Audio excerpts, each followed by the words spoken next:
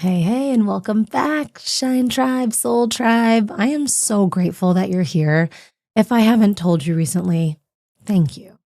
Thank you. Thank you for creating community with me, for spending your precious time with me. It fills up my heart, and thank you. Thank you for allowing this space to be welcomed. So today, I want to explore more how we perceive and navigate the world and our lives, really more from our hearts than from our minds. So in our modern era, we often believe that our thinking rules everything. And maybe this speaks to you too, maybe it doesn't, but at least in my educational upbringing and in my professional upbringing, yeah, the mind rules over everything. And our minds are powerful, dominant navigators. And I know that you know this already, but just as a reminder, we talk about so many different cognitive biases that exist. There's, one of the more predominant ones is our negativity bias, where almost 80% of our thoughts are skewed towards the negative. There's automatic bias, where up to 95% of our thoughts are the exact same ones that we had yesterday. Confirmation bias, where we only focus on the evidence that supports what we already believe, and so many more. So we often think that our minds are like the best at making decisions because we're thoughtful, we're critical, and, our minds make sense. They make logic. Sometimes they make the safest choice to yield the best outcome. And then I don't know for you, but I can speak for myself.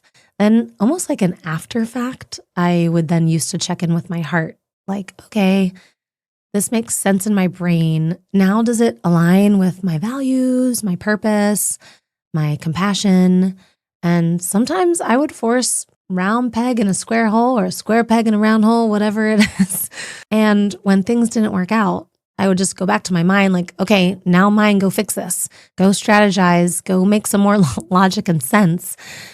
And I don't know about you, but I've been exploring recently that what if we have this whole paradigm backwards? And instead of leading from our mind and using our heart to support it, what if we led from our heart and used our mind to support it? And so this past year, I know I told you a couple episodes back, I'm sort of tapped into this kind of artist era, poetic era, heart-led era, more so than cognitive-led. And it's been so beautiful. It has softened me in the most unexpected ways. It has filled up my heart and my spirit in just so much gratitude and overflow. It has reshaped how I think, how I make decisions. And so I wanted to bring that here into this space as I hope that we continue to lean into more heart-led living. And so you can contemplate it and see what resonates for you. And, I want to just also remind you in this space, I think it was episode 1, I'm never telling you what to do or teaching you anything, what's right or what's wrong. No, this is just a space of contemplation, of shared humanity and community. And I know that if you're listening, it's because you're someone who's also constantly looking for meaning and enriching their life. And you're someone who also seeks deep connection with yourself and with others. So I trust that you will always find clarity to your authentic self. If what I share resonates, beautiful. It's a mirror to clarify who you are, your values, how you want to navigate the world. And if it doesn't resonate, that's just as beautiful. It's a mirror to help you clarify who you are, who you want to be, and how you want to navigate the world. Neither is good or bad. The point is just that you find clarity, either through alignment and resonance or through contrast, and that you just come home to yourself, however that may look. So before we dive into this heart-led living a little bit more, I just want to return back to the mind and how the world is full of opposites. I think it was episode 5 that we discussed emotions being good or bad. And actually, they're not good or bad. They're just vibrations in our body. Some are more comfortable, some are less comfortable. Some are effective in getting to our goal, some are ineffective into getting to our goal. But somehow society or culture labels the emotions that feel good, like joy, proud, happy, confident, as good, and lonely, embarrassed, ashamed as bad. And that kind of sets us up to create winners and losers. And we do so much gymnastics with our life just to avoid the bad emotions, the little white lies we tell ourselves, the hard conversations we don't have, saying yes to something when we really want to say no, the boundaries we don't set. Why? Just so we don't feel embarrassed, alone, ashamed, frustrated. You know what I mean? It's so powerful because we have this one little judgment about it. And so we've set up this world as if there is a good and a bad and a right and a wrong, and there's a winner and a loser. And so there's always something we're trying to attain and something we're always trying to escape from or avoid. And I think this really fractures and fragments our sense of self, our sense of life, our sense of community, because we don't want to be the bad guy. We don't want to have a bad life or be a bad person, And so we do all these things to avoid the quote unquote bad emotions. And it's very hard to disconnect ourselves from those stories and the narratives that we tell. And so most of us end up getting stuck in that dualistic nature of life. And I'm going to use the language a little bit intentionally here. Dual, meaning one against the other, a winner and a loser. They were unfair to me. I had something taken away from me. This person deserves that.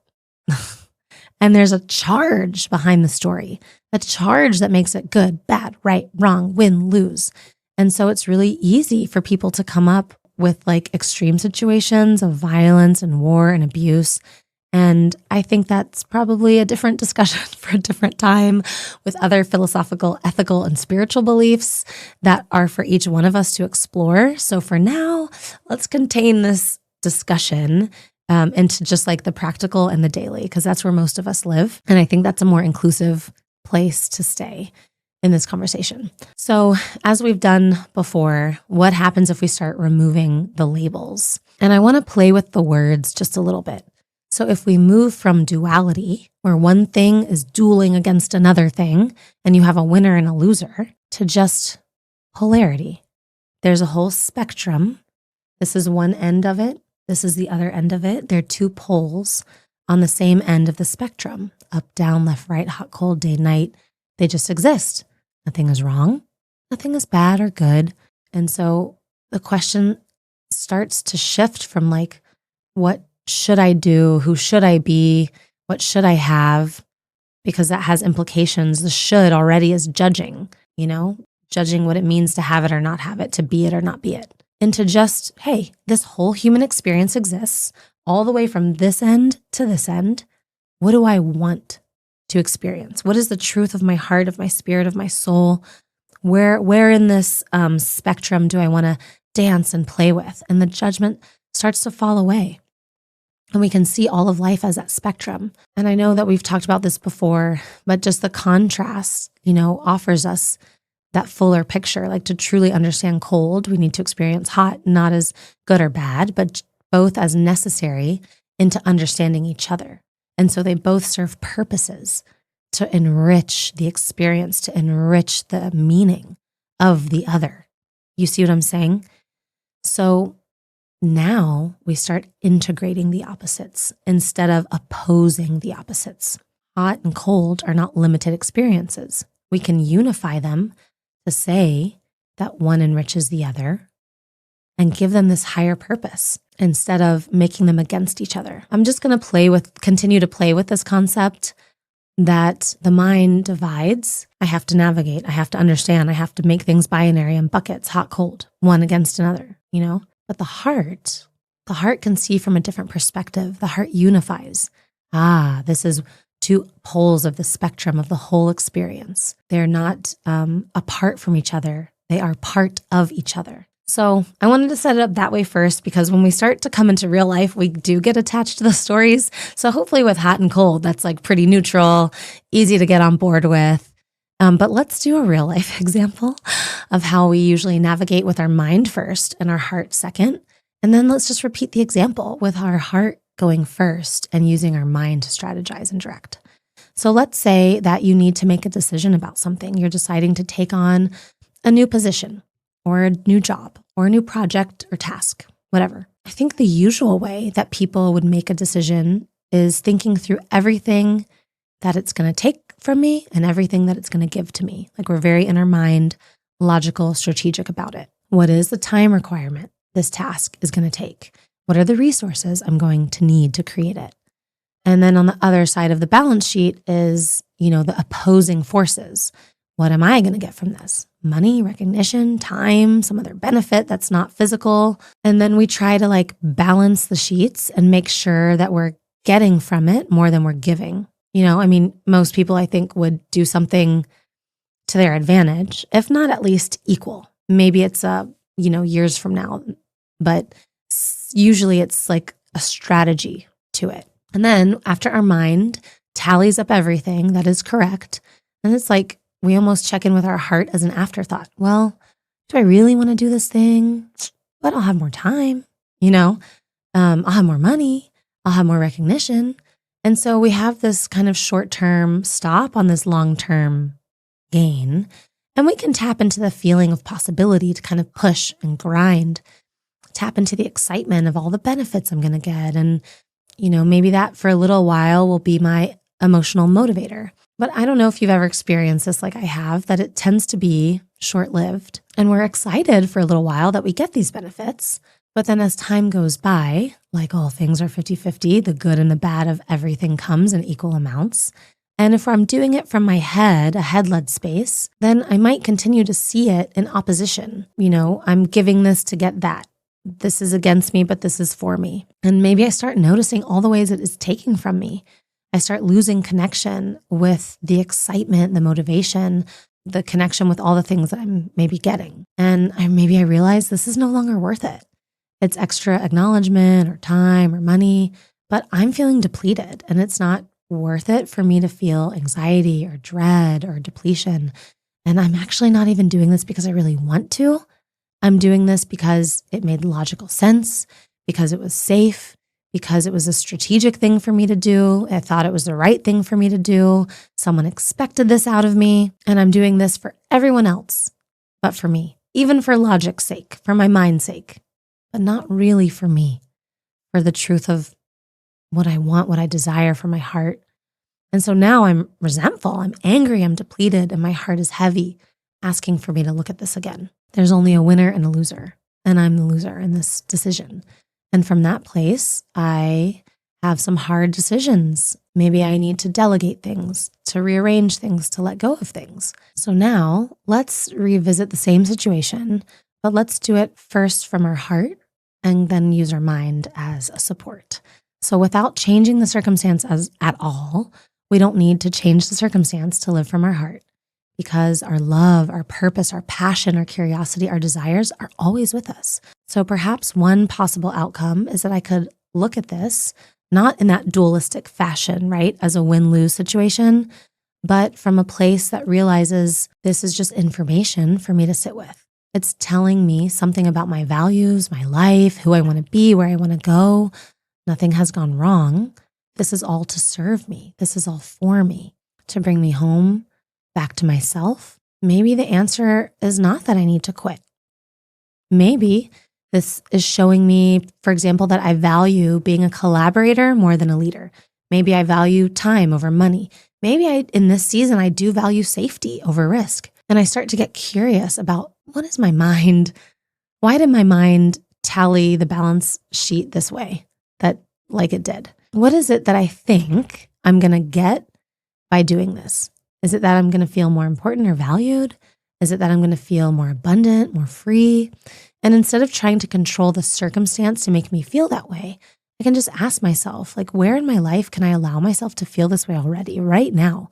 Even in small ways, even if it's not what the world would traditionally assign value to.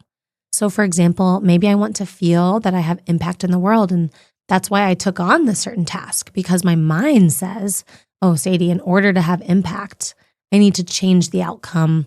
I need to produce a product. I need to improve this circumstance for someone else, right? So like it starts to think of how it could look like and judge how it could or should look like. Maybe I just come back to the heart of it, the core of it, detaching the meaning from the specific outcome. Maybe it is true that I'll feel like I made an impact when I improve the situation at work, when I produce that product, when I change that outcome. That could be possible, sure. But how else can I know that I've made an impact unattached to those specific outputs? Will it be that I see the look of relief in someone's eyes? Will it be that someone feels heard or validated, even if nothing on the outside changes? If I can start to untangle what I think it has to look like from what it actually is in my heart, I can open myself up to so many more possibilities. And now I can really start to align my creativity and my actions and my creations with my heart. Maybe there's 10 different ways I can help someone find relief. Maybe there's 20 different ways I can participate in someone feeling heard or validated. If those are the ways, let's say, that I define impact. Maybe it doesn't have to be this specific situation that I improve in this project or this task or this role that I take on. My mind at some point made it mean that I would have an impact. But when I get curious about the feeling underneath, there's so much more possibility of what it could look like. And from that place of pure freedom and clarity about what my desires of my heart are, then I can return back to the balance sheets and ask myself, do I really want to improve this situation and take on this project or solve this problem?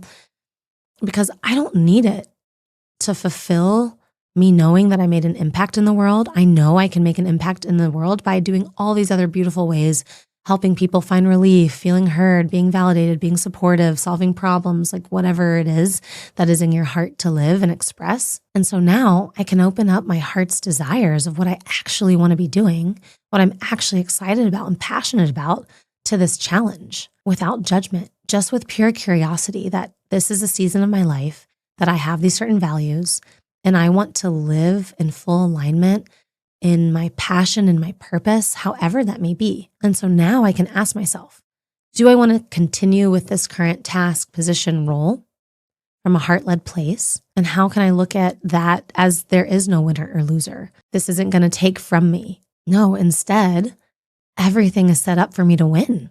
I can make decisions from an overflowing place. Maybe I do end up keeping this new project or task or role, but I realize this degree of hierarchy isn't giving me fulfillment. So I'm going to bring in additional partners. Or, I love this role of hierarchy, this degree of separation. I have a platform where I can elevate others. How can I use this with intention? Because the desire of my heart is to be an advocate, is to elevate people, is to sponsor people, And from that place where your heart is leading, where your values are leading, your creativity is leading, your generosity is leading, your love is leading, then allow your mind to strategize. Then your mind can start creatively looking for other solutions, ideas that support your heart-led values. And perhaps the next time a new position or role or task comes up, we approach it with our heart first instead of using our mind to immediately create the balance sheets, pros, cons, What about if we go to our heart first and just ask our heart, does this light me up? Does this create peace, excitement, satisfaction, purpose? Do I love this? Even with all the good and the bad that I know is going to come because life is 50-50. Even if the tally sheet says it's going to quote unquote take more from me than give, does it fill up my heart? Does it make me come alive? Even if people think I'm crazy for doing this, even if it doesn't make sense, that's not the traditional way that things are done, and that, people think it's going to take more from me than give to me on paper, but I know that it fills up my cup. It fills me up with joy, with peace, with purpose, whatever it is on the inside, because that's the invisible tally sheet that no one shows us to look at. We're so focused on the mind, on the tangible, on the logical, on the judgments in the physical world, we forget or discount to value that invisible tally sheet, because who knows what's possible when you create from joy, from peace, from a full overflowing cup of love and generosity. Who knows what then tangible outcomes will come from it? The definition of abundance in the dictionary is a large quantity of something, plentifulness of the good things of life, prosperity. But as you, I hope, know in this space, we love to intentionally think about our lives with our full agency and authority and allow ourselves the possibility to define things the way we want to define things, to challenge constructs and philosophies and even words. So what if another definition of abundance was simply living from the heart? Even though that might not be tangible and nothing else changed in the physical world, but I lived with integrity and I honored my desires, I think that would be so abundant, so full, so worthwhile. And I honestly don't think that it stops at the invisible. I truly believe that supporting ourselves in our highest expression does create amazing things in our life and for others. I mean, you could even like plug this into the thought model right now, right? Like we don't even need to have a thought right now. We can just go straight into the feeling line. And if I plug in joy into my feeling line and it's something related, the circumstance is something related to like work, let's say, it is full. When I'm connected to my joy, my action line is full of creativity and overflow and generosity and connection. And it's completely different than when my feeling line is like out of logic and something I said I would do, but I'm not connected to, and I'm full of like resentment. Then my action line is like dreading and slow and the minimum. And all of that does create a tangible result. It creates the life you're leading. It influences your output, your daily actions and your outcomes. This is your life and you get to live it however you want. People are always going to judge. No matter what we do or don't do, there's going to be someone who thinks we have a wonderful idea, someone who thinks we're ridiculous and don't belong, someone who agrees, someone who disagrees. But again, if we just go with two poles on a spectrum, they just exist together as something greater to give our life meaning, to give our life clarity, we can unify that experience to nurture and support our heart, our purpose, our values. And we'll sprinkle in some science, which supports this as well, that positive emotions enhance our decision-making. It broadens our cognitive scope. It increases our psychological flexibility and promotes us to think of strategies that integrate more information. So all of that is the broaden and build theory, but people in positive moods do show greater cognitive flexibility. They're more adaptive, and that psychological flexibility is the ability to adapt, to shift mental beliefs and sets, to maintain behavior that is congruent to your values.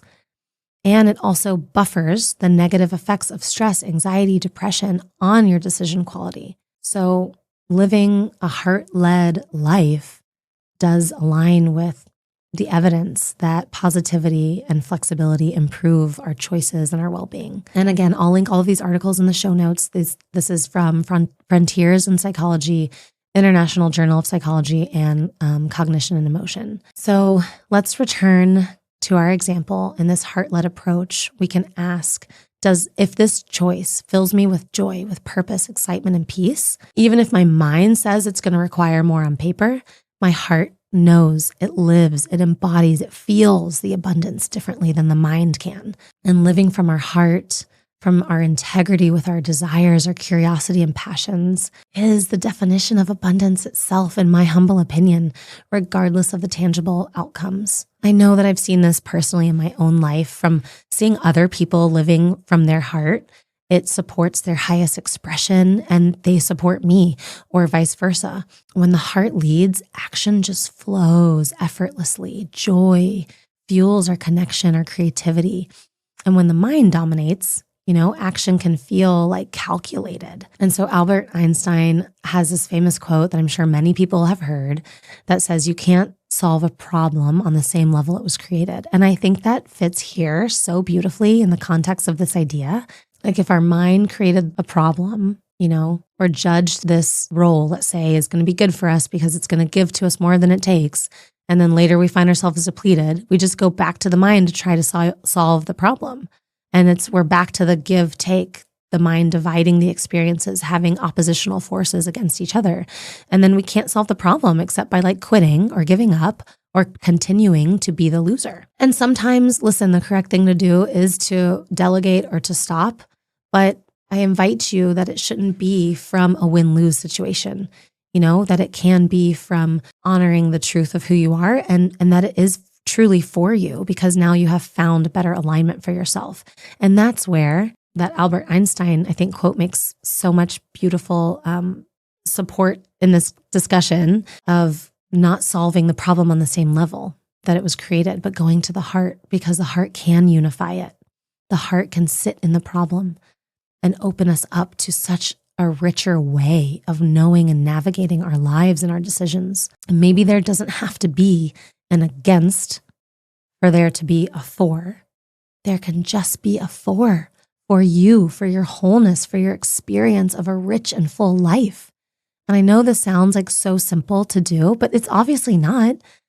Our mind wants to solve problems. It's built to keep us safe, to protect us, to look out for the harms. We want to know what's going to happen next. We want to have assurances.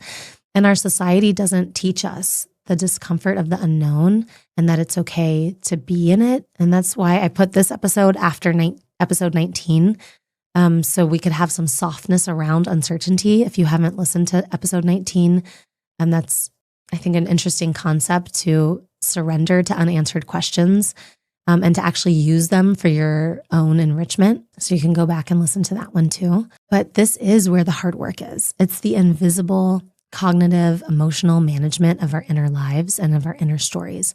Otherwise, this would be really easy and we would all live really bravely through our hearts.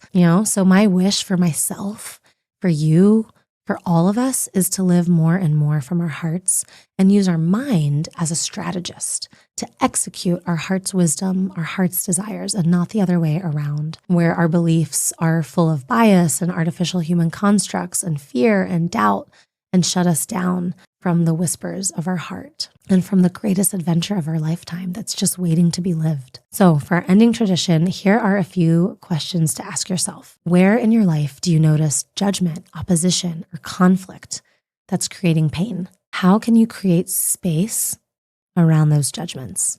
And is it possible not to see them as oppositional forces or enemies, but just to see them as two things that exist along this incredible spectrum of the human experience that are just here to give you a richer context and meaning to your life, that they're not against you, that they're all for you, for your clarity, for you to align with your heart, navigating you through life, through its own wisdom and curiosity, and for your mind to execute on that wisdom. Okay, wishing you all play, possibility, and peace.